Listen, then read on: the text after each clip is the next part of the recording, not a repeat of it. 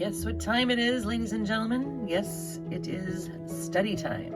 I've done my dishes, made my bed. It is 10:40. I've been doing this, I guess, with some breaks because I had to cater to my children's needs. But it's really nice because I'm not only doing it for myself. Like I'll go in and I'll ask, like Seth will come in the room and I'll ask him questions about it, or I'll ask Sarah the same questions they're asking me, you know, so that way there it kind of educates them, right? So this is a part of unschooling / homeschooling, all around schooling, you know, because they're learning, they're hearing it in the air. Whatever you put in the air in your home is what you are going to teach your kids, right, Mr. Kitty? Look at this. Check it out. Oh, baby. This thing has a light. Look at all the little pockets everywhere. It's wonderful. Like it seriously is. So I just taped this up because, so this is from me to God when it's just like a little testimony, like a prayer, really, a request. And in non-existence formula, this is what I had to do. Oh my gosh. When Mr. Fry died, my father taught me how to get through each and every project I had to do. It's called the non-existence formula. It's from Scientology. I love Scientology. And then my father's little list of things as far as meditating. Oh, the practice of quieting the mind of distraction and focusing the attention of the object of the meditation for the purpose of spiritual awareness and the 2 great commands. Oh, I just can't take it, Daddy. I love you. I love you. I'm going to see you in heaven for all eternity. I will. And this was from Stephen, Sermon on the Mount by Jesus Christ. He wrote that. And so I want to just keep all these up. And of course, my father gave me this little calendar. Look at what he did. It's so awesome. So he gives me this calendar many years ago, and I did read the book as well. And what he did was, look at this. 2008, when Sarah was born to my daughter Lisa. On Christmas Day. I love you as much and sometimes more than anyone I've ever loved.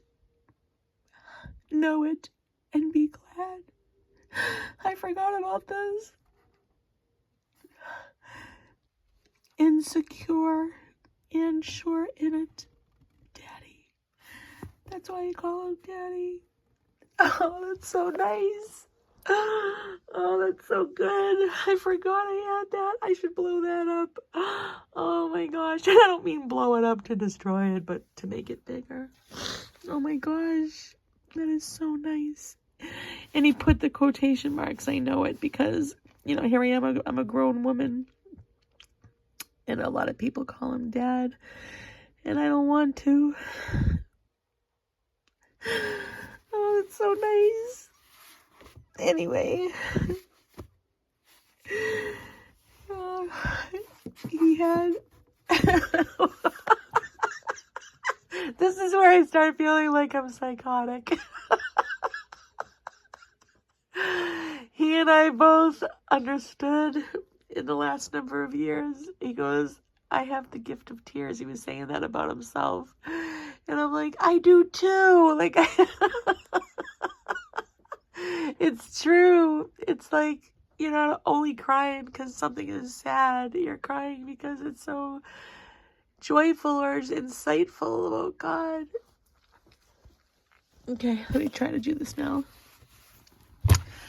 So, Think and Grow Rich. So he, in the calendar, it would say something like this. The starting point of all worthwhile achievement is knowing what you want.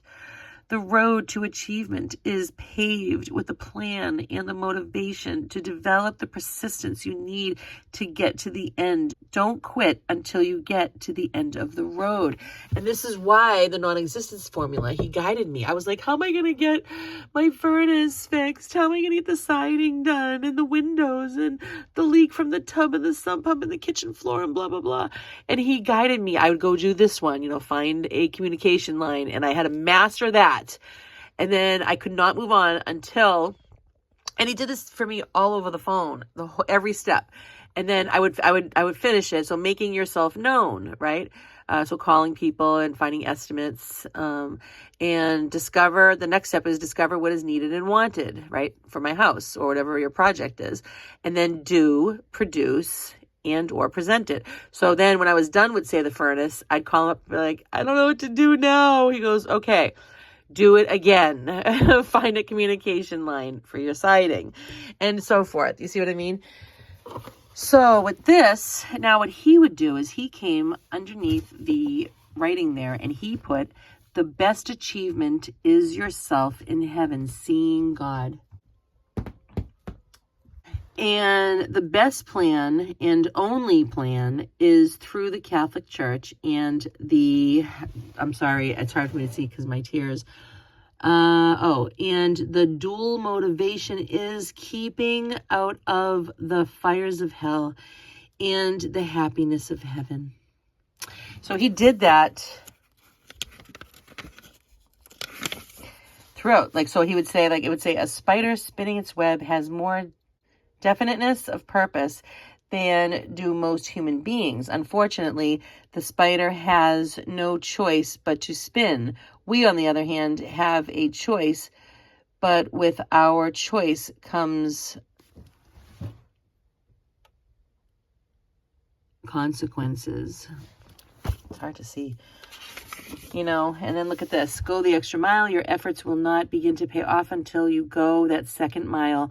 That's where the end of the rainbow is. Don't quit until you find your pot of gold. And look, he wrote heaven. See? His eyes were always, can I tell you, always on God. So I got this in the mail one day and I love it. Lisa, we need you because, there's something about politics and there's something about working in the town hall and just all of that, and they were telling me to run, seriously, they were telling me to run for something in my hometown. And I got the 7 sorrows of Our Lady because the Lord knows that we all carry that sorrow, we have our own sorrows. And then I had to get these, right? Because this girl I need this encouragement. And what I do is, daughter Rachel had made this board when she was a little younger. And I never wanted to throw it away. It was really so pretty. So now, look what I can do. Hello, see? And this is where I have my one-on-one meetings with the people. So bon appetito. And I asked God for a desk a long time ago. And this is the desk of all desks, can I tell you right now. So this is my little place, and I love it so much. I have this petition. I don't know if you can see it behind me. Where is it? Oh, yeah, it's right here. I can divide the room so that way when I have people that I don't really know, and I'm doing this with them, I can block it off. So I'll just put that behind me. So isn't this exciting? So yeah, so this is whenever somebody has a win, in their successes, right? With their goals. So what I do is I let them know that, this is the goal that I see that you've achieved and you get one of these. And they are all smiling and they laugh and they love it. All right. So yesterday I had my first practice client. I'm so excited. And I was nervous. I'm not going to lie. I was nervous to a degree. I would think that's normal. And, I have all this paperwork. Okay. And I'm like, oh my gosh. And I labeled everything what's number 1, what's number 2, what's number 3. What do I show her in this session versus the second session, third up to 6th. So I really didn't know. So I had to label everything. And I was surprised that the classes that I'm taking online wanted me to have a practice client now. I'm only in module 2 and there's much more. So I'm like, how am I gonna, I really don't understand everything just yet. So how do I do this? So they must know what they're doing, right? So I went with it and I said, Lisa, you have the knowledge. You have everything you've learned, right? You have all that knowledge so far, right? Maybe I don't need all of it just yet to this point. I don't know. It didn't sound right to me. So I laid out all my papers. I greeted her. I tried to be human and not so robotic. because I knew I had to give this girl an hour and a half of my time. And if we finished earlier, fine. But it seemed to be like getting finished like in a half an hour. And I'm like, oh man, what do I do? And so I started noticing there was like this little flow was happening, you see? And I'm thinking like, how am I going to ask good questions? I mean, am I capable of asking these good, powerful questions? I mean, I know I love to ask questions in general when I'm talking to somebody. If you were in my life and you were standing in front of me, I'd probably ask you so many questions, your ear would fall off. So I know I love that. And listening to like, people asking for donations on the Symphony Channel, or I love watching QVC where they're selling products. And I always have for years, like I just love it. And I could never figure out why until now, right? So I'm listening to her talking and I'm letting her have her stage, and I'm trying not to get involved like with me and my opinions, right? Because I love to do that, and that's what I know. So I was like, okay, Lisa, I got to let her talk and just let her answer let her find. My saying is, I heard it once and I love it and I took it and I'm running with it now. That's my daughter calling. I'll be right back. That was Sarah, my daughter. She is a perfect secretary, like she always has been. It's amazing. Anyway, so where was I when I left off with you? So everything just started flowing beautifully. Can I just tell you right now? Like it was amazing. I went from being like, oh my gosh, like how am I going to not sound so robotic? And all I did really was follow the guidelines in my fear and asked those particular questions. And then I started to like, after a while, I really didn't need these directions except just to keep me on track. Now and then I would be like, okay, keep me on track, Lisa. Okay. But for the majority of the time, after the first initial part, it was like flowing. It was amazing. It was like, oh my gosh, I started to understand what life coaching was. And she had an aha moment, which was like exactly what you want, because that means that I'm doing my part. I'm not telling her what to do. I would explain what she was realizing and saying, yeah, you were doing this your whole life. And now you're bringing it into your adult future. And that's because it was God's gift to you. These are your strengths. So things like that. I didn't like give advice, well, you should do this and you should do that, except towards the end, I would say, okay, well, your homework is, so out of the circle of life, and all the different categories, here, pick one or two that you want to focus on. And we noticed that we needed to go into a different one to kind of like clear the cobwebs, right? This is one last thing you have to do to clear the cobwebs, to get them out of the way so that you can focus on the 1 and 2. So that was her homework. So it is like, and we prayed before. I asked Our Lady of Good Counsel to guide us, and it was so fun. There was a lot of visuals, and I was like holding up things and, pretending I was her in her future and, and in her past. And it was just so wonderful, I have to just admit.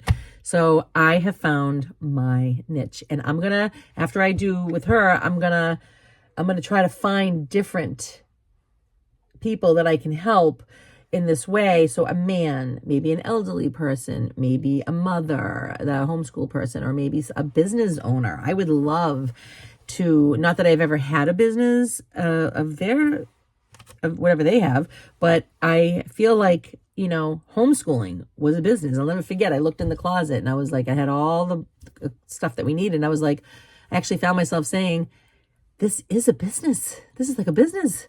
This is a business. So, you know what I mean? So, and just running my own life. And, I've been watching a lot of Tony Robbins. Is that his name? He is awesome. And so that's one of the things I'm listening to is like how I want to learn more. And I found my niche, guys. I'm so on fire for this. It's like perfect. I understood it. I don't know what the end will look like because she doesn't have to pay me. This is all practice. So if you ever need a life coach, you know where to turn. We'll have to think of a theme song for that. Yep. And I got a podcast.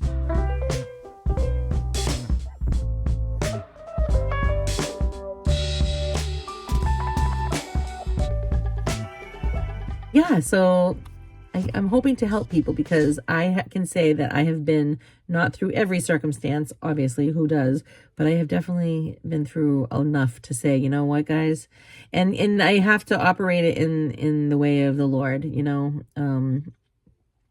so yeah, we could do a spiritual one, right? Maybe you want to know God more. Okay. Maybe you want to, I'll show you. So exciting. Yeah.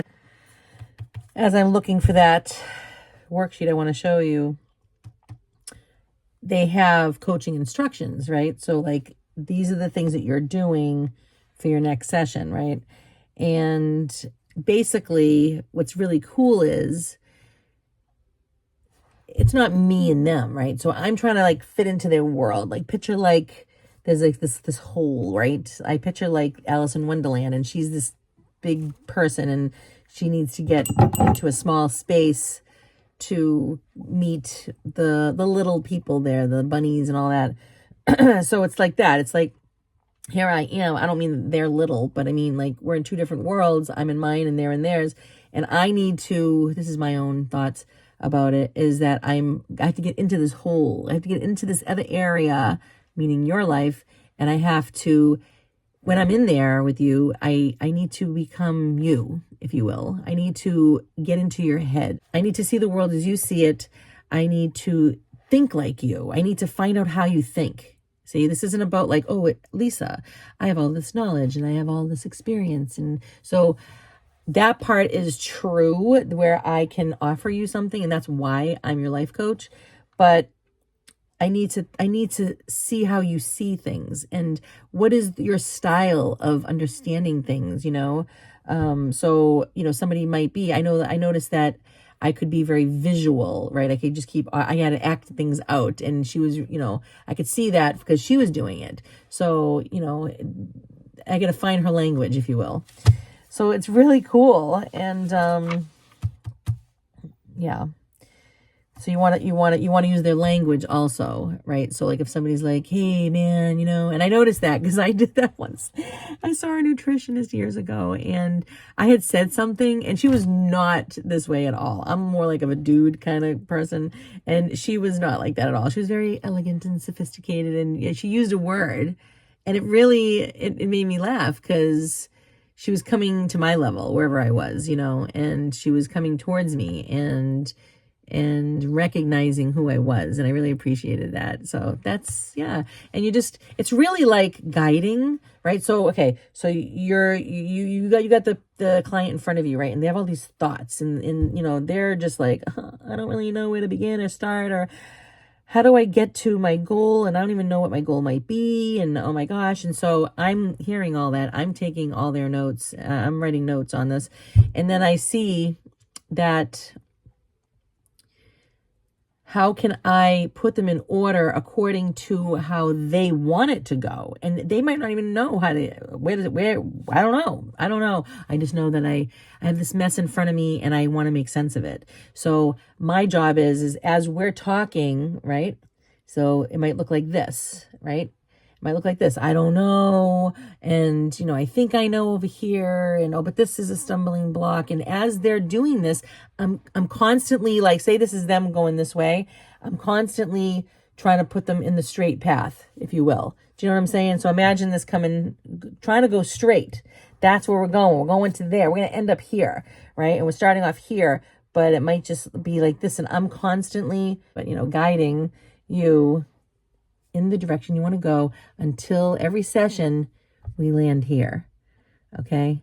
And it was awesome. It was awesome because I should have said in the beginning, how do you feel on a scale from 1 to 10? I should have asked that in the beginning, but I didn't. Right? I'm learning as I go, and I'm learning that I don't even need a lot of this paperwork. I can come up with my own. And I was realizing that. I'm like, oh my gosh, like I could totally do that. My own questions, my own everything. Use this as a guide. They're teaching me their own way. So at the end, I asked her, Mr. Kitty, don't you dare. He tries to scratch my furniture. So I asked her at the end, where were you when we started on a scale from 1 to 10? She said a number. And then I said, where are you now? And it increased tremendously. And I said, what would make it a 10? Because it wasn't. And then she said something very brilliant. She's like, well, we have a plan right now. And And that's all I have. And I went, perfect. I said, because you know what? The extra numbers to get to 10, that's going to be you going and practice what the homework is, and then you'll be at a 10. So it was perfect and so exciting. We were both like we were smiling. It was just so enthusiastic, and wow, this is going to be really fun. And you know what I'm going to do? I keep talking your ear off, but you don't mind, right?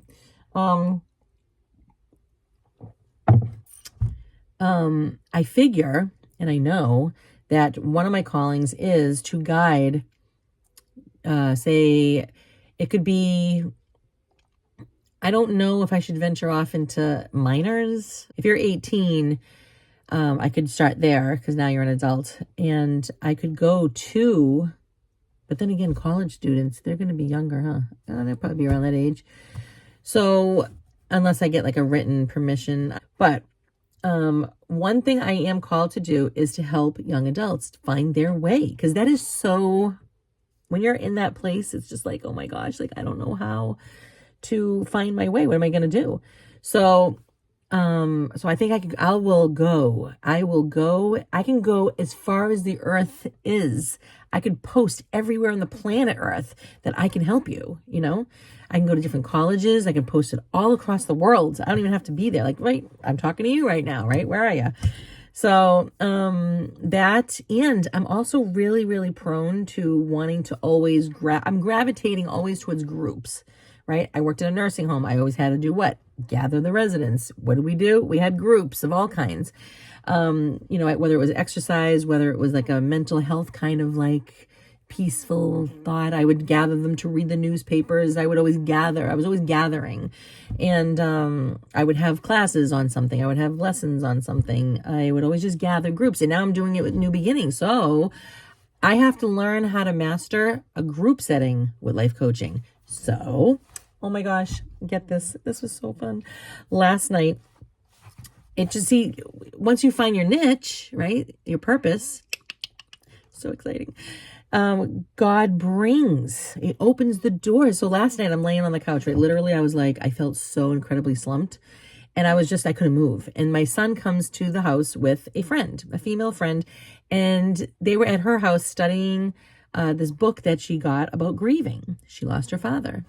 So they're studying this together, and she wants to know, can they come here? And I was like, I can't right now. I can't have anybody in the house because Sarah, my daughter, suffering through chemo treatments for leukemia, and she's in remission. So I was like, I can't get up. I can't do it. Why not? I'm so exhausted. And they were like, well, can't you come out into the mudroom? Well, they were at her house and they want to come here. And I'm saying, it's cold outside. It's so bone cold and wet. Why do you want to leave a warm house to walk here and then to sit in a mudroom? Well, they insisted, and it was so beautiful. And so they got some blankets, and what she did was, and I'm sitting on the couch and I'm just like, I know I should be doing this, Lord. I feel like you're bringing this to me for this girl, right? So all of a sudden, a little while later, I get a FaceTime call from my son who's in the mudroom, and he's like, he wants me to listen, and she wants me to listen. So I ended up taking the phone into my bed. It was pitch black, and I'm just like, wow, I'm listening to her read chapter after chapter after chapter, and it was so wonderful. She was such a great reader. She's 17, and we started just realizing, like, wow, I do go through that. I did not realize about the brain that it actually forms patterns, like physical things are going on because you love, right? So, and I was just understanding all kinds of things, and I'll let you know another time on all that, but you know, and I said to her, I have a group called New Beginnings that I do for the neighbors. That's my charitable deed for the day, you know, in the world. And would you like? I said, you don't have to. There's no pressure. But she's like, I would love that. I said, get permission from your mother. She's like, maybe my mother will come. I'm like, you know what? Sounds great. And I said, would you like to read? Because you are an amazing reader. She was going on, you know, and it just was beautiful. And so she said that she would do it so she could add to this whole thing. And so, and you know, and my goal is to not only to enhance my group, but to help her. You know, you don't know where that's going to lead her. Maybe she'll want to do some kind of work with grieving. Maybe she'll be a life coach or a counselor or some kind and for grieving. It's just wonderful. I'm like, oh no, there's no place to eat. Ha! The desk even has a little side table.